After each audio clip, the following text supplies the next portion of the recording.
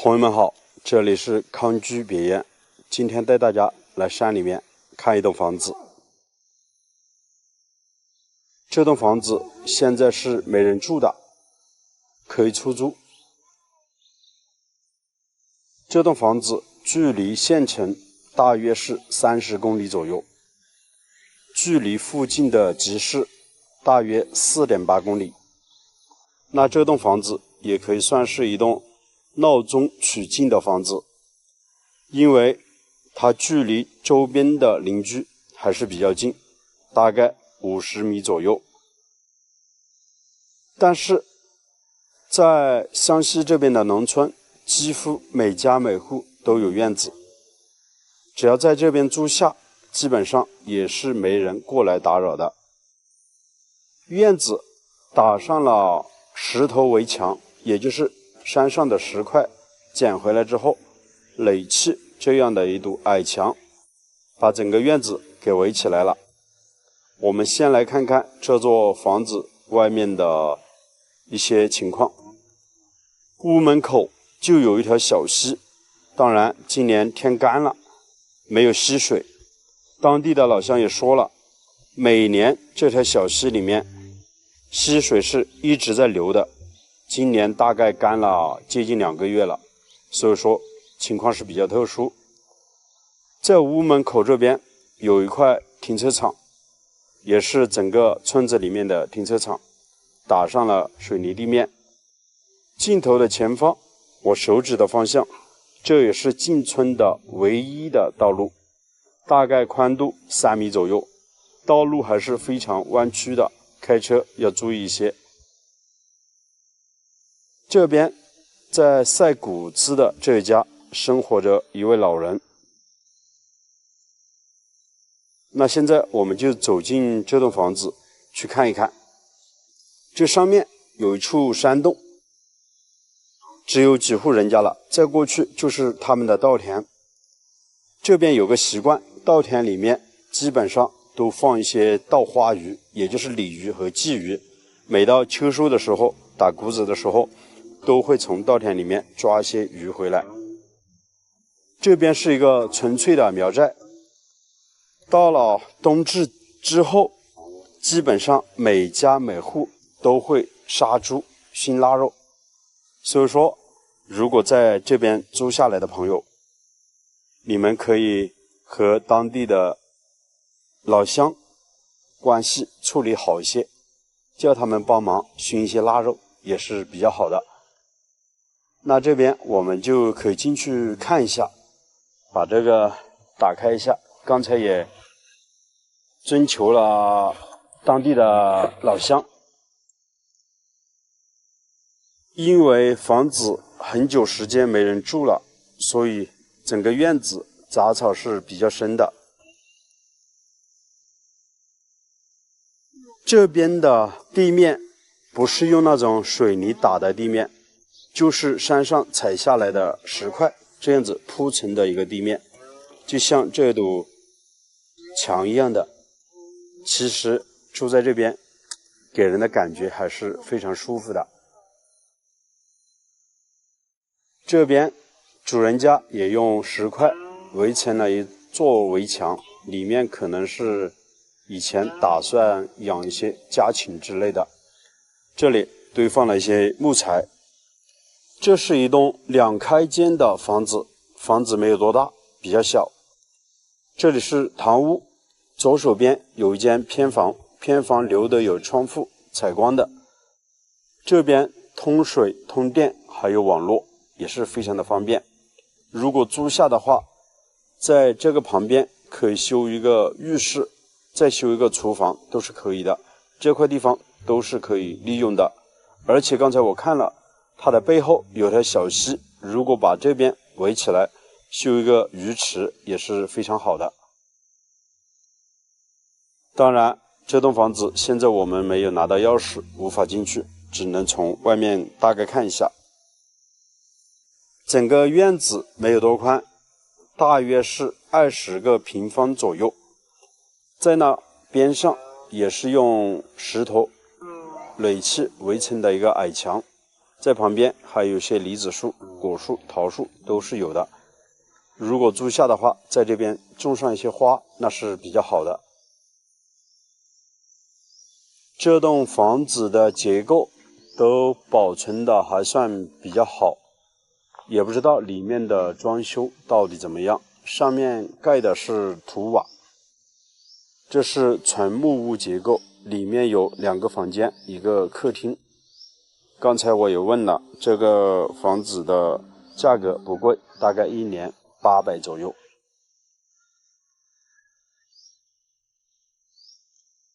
这边是有一条小路可以上山，上面也有房子可以出租的。给大家环视一下四周，看一下。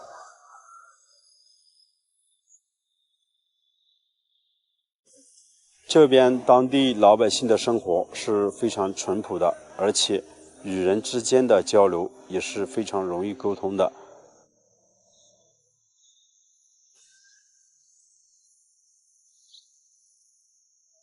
因为地势比较低，所以它的视野并不是那么好。但是如果是喜欢比较热闹，或者热闹当中又有点安静的那种朋友啊，你们来这里还是挺不错。因为和整个村子里面的村民几乎都是生活在一起的。每到一些重要的节日，或者村子里面有些喜事啊，都是可以去参与当地人的生活。那接下来我们就来这栋房子的后院看一看。这边的空地之上可修厨房，还可以修鱼池的。刚才我也说，这边的山泉水非常的丰富，这边的水就往房子的背后流着，水是非常干净的。很多当地的村民都把这些水接到家里面直接喝，直接饮用的。在尽头的前方，那是一处山洞，在解放之前，山洞里面是藏了土匪的。这栋房子的背后就是稻田了，田里面一般都是养着鱼的。我们走过去看看这栋房子背后的部分，看构造怎么样。这边用水泥砖封了大概有个几十公分高左右，避免了这边可能涨水，把这些水啊倾到房子里面。这栋房子的背后外墙采用的是竹子编织的，上面应该涂抹的是一层泥巴，或者应该是牛粪之类的。其实房子背后的环境还是非常好的，位置还比较高。其实坐在院子可以看到整个村子里面的全貌。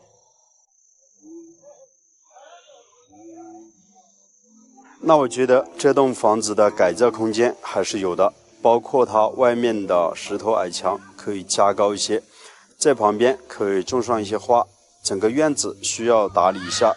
而且这栋房子的外墙可能并不是那么好，要稍加的修缮。房子主人说是不漏雨的，住在里面呢，应该也是冬暖夏凉，非常的舒服。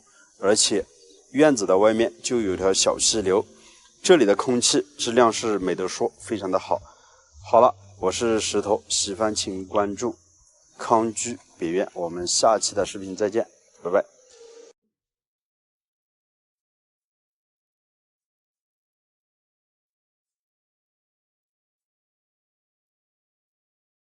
朋友们好，我是石头。每天走村串巷，行走在大山里面，我发现一个很有意思的现象，而且这种现象呢，在农村里面非常的普遍。究竟是什么呢？带大家一起来了解一下。我一直都在思考一个问题，这种现象是不是只有在我们湘西这边才会出现，其他地方可能不会有。我们这边呢，属于湖南湘西州花垣县和保定县的交接处，这边大部分生活的是土家族和苗族，当然我也是属于苗族的。今天我们要来看的这栋房子呢，距离城里面也只有4公里，距离县城将近有16公里。说交通不方便，那也说不过去。车子呢是可以开到院子的门口，到镇上买东西也非常的方便。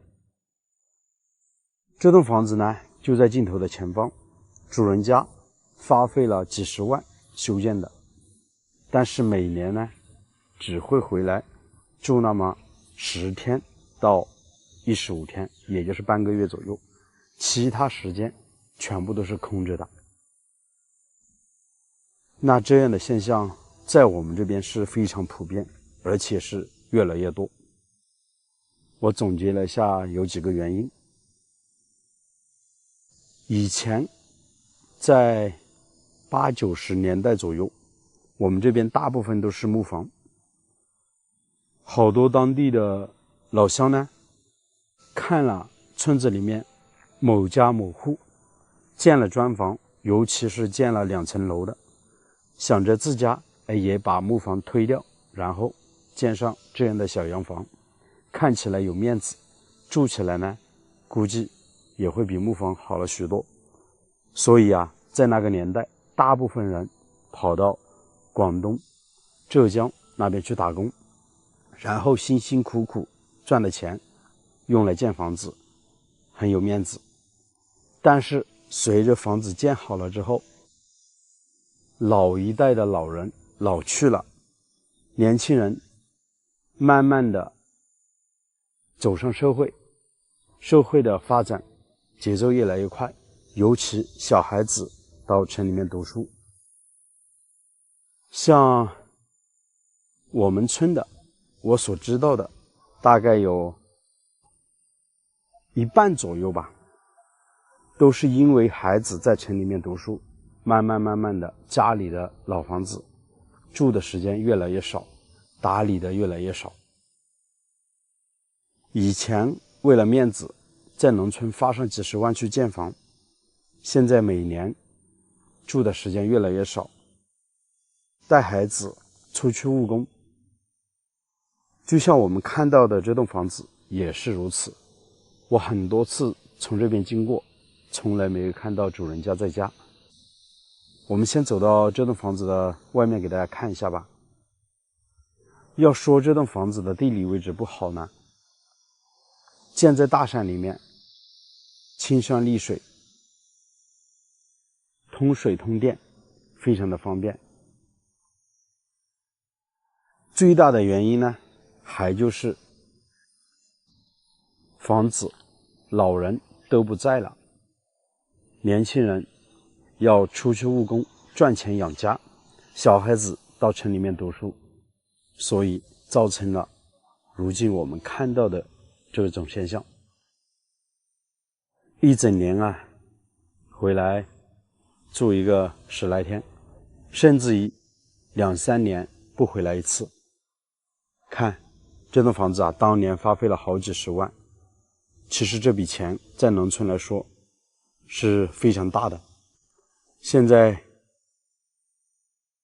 房子显得很破旧，连窗户上的玻璃都烂掉了，也没有换。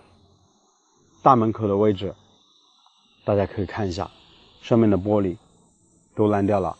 上面呢，2楼还比较好。整栋房子呢有一个客厅，2楼呢是有3个房间，1楼呢有2个房间，那边还有个厨房，2楼的顶上是有个杂物间。这么大的一栋房子，其实对于农村人来说算是建得比较好了，但是就是这样的，每年要出去赚钱务工，所以房子闲置了下来。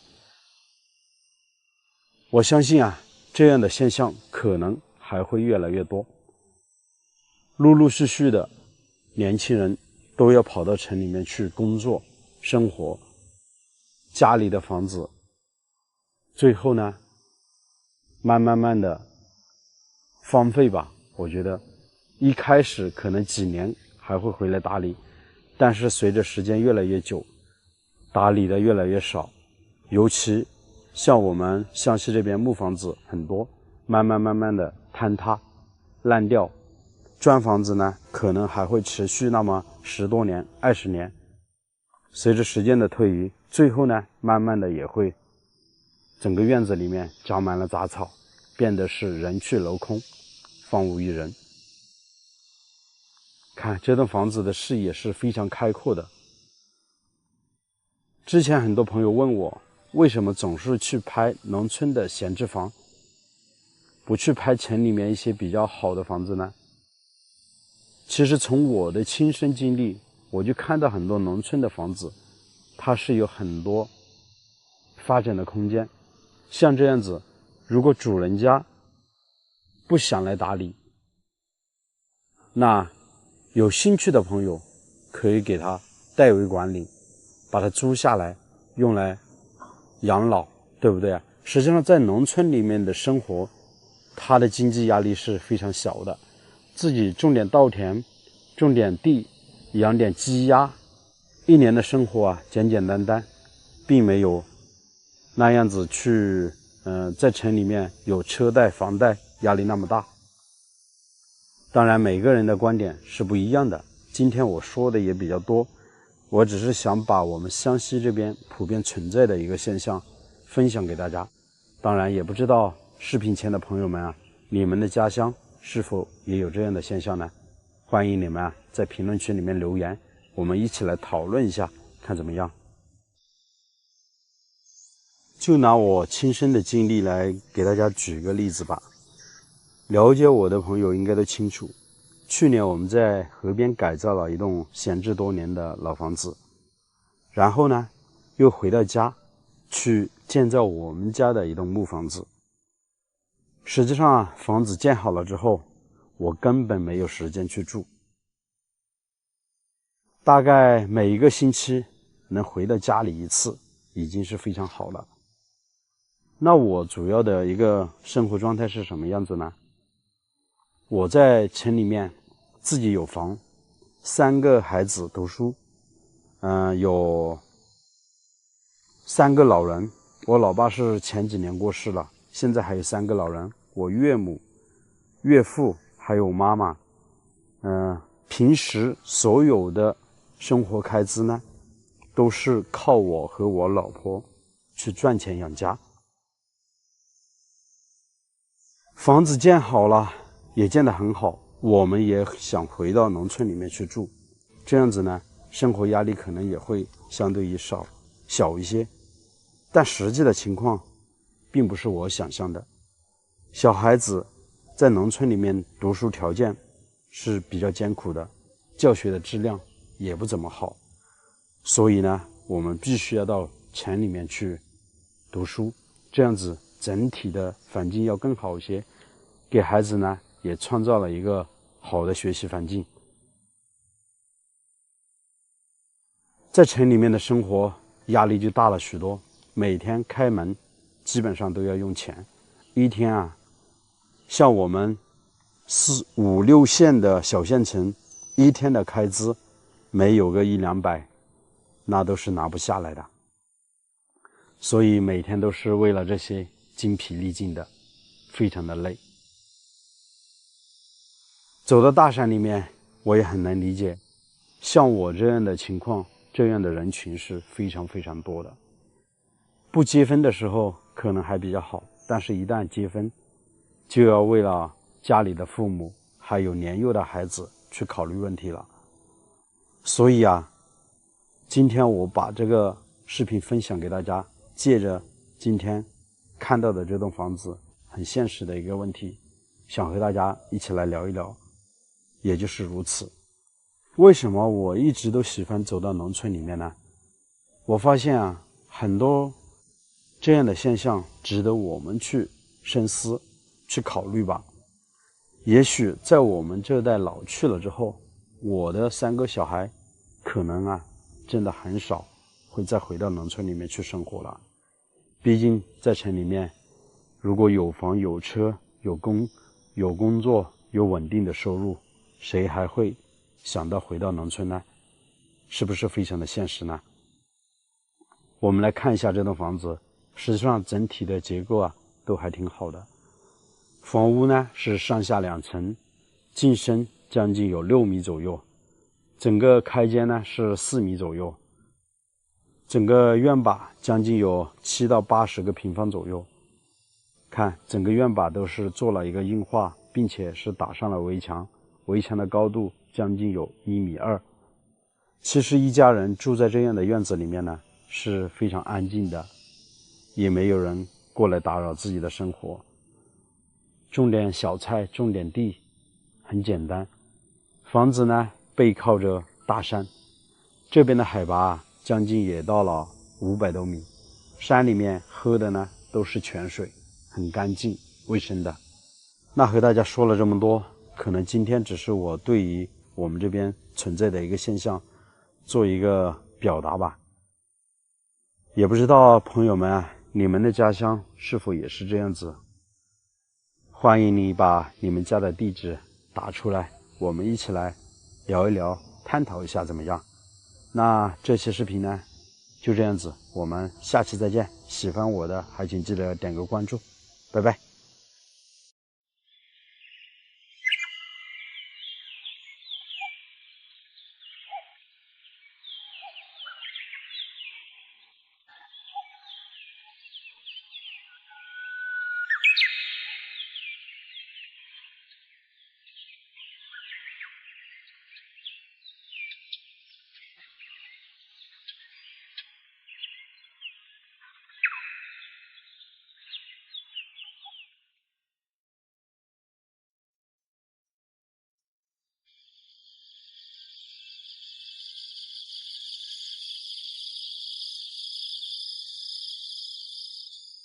张总，今天辛苦你了，热情的款待啊！好，这回呢还要让你给我们当个导游啊，带我们看这个黄金村究竟怎么样？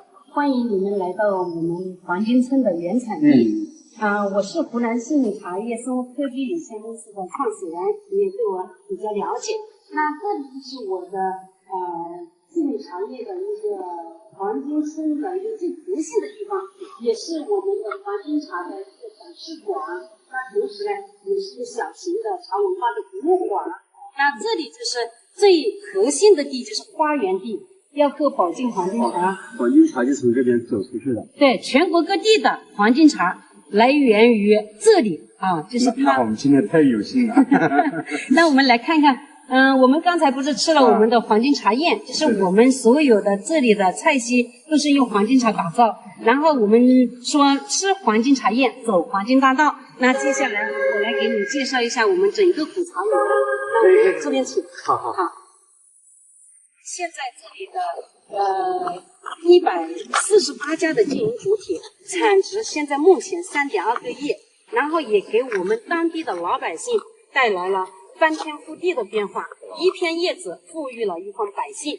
那现在这里的就是我刚才说了，人均的收入都是基本上是15万到20万以上，我们这里称为百万不算富，10万算起步。那整个村子我相信应该很有钱了，非常的富裕了，就是也是一片叶子给他们带来生活衣食的无忧啊。原来就是这里有的人当地人娶不到老婆也是要到外面去打工现在可以不要去外地打工了就可以了。那我们接下来你看刘中华院士常说的一句话，就是不是你的容颜易老，而是你喝保定黄金茶太少。这里有一个留言板，今年的一个四川的叫游侠来到我们这里，他当时写了一个这个自己的留言板，他说自从喝了这个黄金茶之后，其他的茶叶再也不想喝了，就是深深的吸引他，也就是说一旦遇上它，终身想泡它。你看这一颗就是我们整个黄金茶的古茶园的现在最古老的一棵树了，现在已经418年。来，我们上去看看。来这边请。这个就是现在是已经认定了，并且变成就是非物质文化遗产保护对象，所以我们现在叫喝黄金茶是可以喝的文物，它是文物了，并且这个是湖南省农业科学院，它有监测到它每天的生长的环境、喜怒哀乐都会记录在案啊。这个是刚刚把它已经修剪过了一遍，你看它的这个长势非常的好，所以它是蓬勃生机啊，并且每年它开花的时候它非常的旺盛，可见它的这个心理的激素还是非常非常的非常好的。我觉得从这棵茶树看得出啊，整个村子欣欣向荣一样的。对。来看看我们这个，就是它是一个身份的标识，它是每一个我刚才讲了，这种挂牌的，这个是00001，2057棵，其中最古老的一棵古茶树418年，就是它是1号，就是00001号，然后就有00002就挂牌的，这种就是非物质文化遗产，实际上是中国非物质文化遗产，已经申报了世界非物质文化遗产了，非常有价值。对，非常有价值。所以我们喝的黄金茶就是文化。你看每年它带来这个就是一片叶子，就这棵古茶树每年都大家记住，它能给我们村带来很大的收益。每年还要进行祭祖。对，茶祖节。在每年的哪个时间段？在开春之前，开茶材之前，就比如说今年是3月份开茶，要开采茶之前就会祭祖。是的，知道。对，好。张总啊，刚刚我们看了茶树王，那我就很好奇啊，这个村子黄金村名字很好听，1两黄金1两茶，到底这个村子它的名字是怎么由来，有故事吗？宝靖黄金茶就是1两黄金1两茶，这个寨子原来称为黄金寨，现在称为黄金村。从我们刚才这里一进来之后，整个往上面走都是黄金村。好，那我们这个原来有一个历史的由来，你刚才问对了，为什么有一个叫黄金寨1两黄金1两茶？在1539年湖广贵州的杜预司陆杰经过我们宝靖县的苗寨，也就是说这一条河叫冷寨河。这一条河叫这条河上去之后，就是很多文武百官要经过这个三叉嘛，就是我们说的这个深沟密林里面，就是很多人就染上了瘴气，艰难不能行走。我们当地的阿婆，就乡家阿婆，就切这个茶汤你看这个茶树的茶叶，切汤紫了啦，就切汤赠予他们喝了之后，那个瘴气就痊愈。陆杰就十分的高兴，就赏给他1头黄金，由此而得名，就是1两黄金1两茶，把这个寨子称为黄金寨现在称为黄金村嘛，因为这个改革嘛，称为黄金村。所以就是说，把这个茶叶当时他就很高兴，就上供为贡品。你看这个茶树，这个古茶树，你看我们这片古茶园都是挂了牌的。你看这个是0010，这对这种挂牌的茶树有2057棵。明代的718株，清代的1339株，刚才讲了，你看，就是用这个切汤赠予他们之后，喝了就瘴气就痊愈。陆杰就十分高兴，就赏给他1头黄金所以就说你如果是说平常拉肚子不舒服，你就采用这个茶，然后你这个茶你看到你还可以搅着吃，这个茶就这样子生吃也是可以的，就你这个叶子你就可以吃它是能够解毒的嘛。那在我的印象当中一般的茶叶好像没有籽的，但是我看这个茶树上面结了很多籽是的，你看这个茶叶，当时我们就是遇上黄金茶是一种运气，研发黄金茶是一种灵气，经营黄金茶是一种财气，喝上黄金茶是一种福气。当时我们扦插的时候，就是用这个茶籽去种植，后面失败了，这边的山里面的鸟多后面就用无心扦插就剪枝，所以这个茶叶它现在已经这个结了果，过一段时间它还会花花，它会开那个茶花，那个茶花的时候，最近我们研发了叫茶花，就是那个山茶花饮料，就山茶花。茶饮对，开发了这个产品，到时候你们过来再可以拍摄一下，好美的那个香气就有花香。您这个茶籽相当于是可以喝的茶籽，跟你外面种的那个打油茶的茶籽是不一样的。这个呢，它产油的产量很少，可能就也非常的贵，这个产出来的茶油了。看起来像那个茶籽。对，是茶籽，但是它不是那种专门打油茶的那种茶籽了。像这一片挂牌的茶树，将近有多少年？它的树龄？这种树年，大概200多年，200多年的历史。这种茶树，像这长势的，像这种的了，200多年的历史了。刚才那个那个400多年了嘛。你看，全部都是果茶树。我带你们的这个叫德让贡果茶园。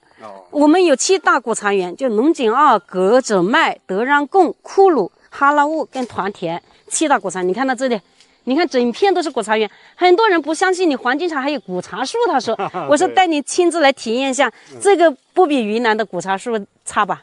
是吧？确实啊，来不虚此行，我感觉。我看你看这结的果子，它都垂下了腰啊！你看这个，你看这一颗，这个长势的好不好？你看这个芽头，你看这个芽头长得，你看这个芽头肥壮吧？对，你看这个茶叶，它叶子细长，那这叶片不一样，你看吧？宽一点啊。对，它宽一点，这个叶片它细长的，你看吧？它都是黄金茶。对，只要它都是黄金茶，这个是1号黄金茶，这个是2号黄金茶，所以你在市面上，如果你喝过了，你就能够记得住。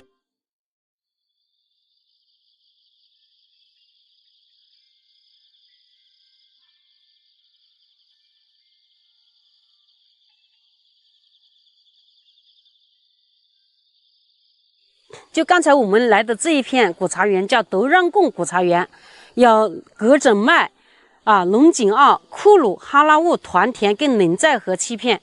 然后我们这种就是主干茎，就是它达到30厘米以上的果茶树有2057棵，明代的果茶树718株，清代的1339株。刚才最古老的在2009年检测的时候是树龄402，现在是2024年，所以它已经有418年了。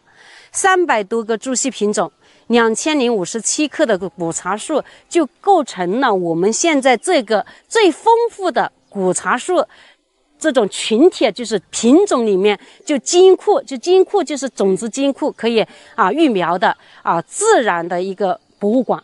这里就是自然博物馆，就刚才说的，每一棵树大家都可以到这里来培育。这个就是你像我们原来就是你看树跟林相间的这种非常好的环境，叫农耕文化。农耕文化。那张总我比较好奇啊，你来黄金村有多少年了？16年了。16年。对。把自己的青春献给了黄金村，带动了当地不少的老百姓致富。那确实，我们现在就是以公司加农户加基地加合作社的一个方式，然后就是定向收购、定向的这个扶贫，然后定向的这个采购，然后也带动这个产业链，能够就是助力于这个生产的一个新动力。所以品质这一块完全是放心的。对，我们因为现在做了一个全自动化的生产线，就是保证了黄金茶的这种品质的优异老百姓安心的种茶。对，我们就生产卖好茶。对，是的。张总谢谢你的精彩介绍，让我觉得此次不虚此行，学到了很多。相信我肯定会越来越喜欢喝这个黄金茶。是的，感谢你们这一次来到这个黄金村来调研工作，谢谢你们，感谢你们的支持希望能够通过你们的直播，能够帮我们的宝靖黄金茶能够运输大山，走上湖南，走上世界。好，谢谢，谢谢，一定。好，朋友们，这期的视频就为大家分享到这里。我是石头，那我们下期视频再见，拜拜，拜拜。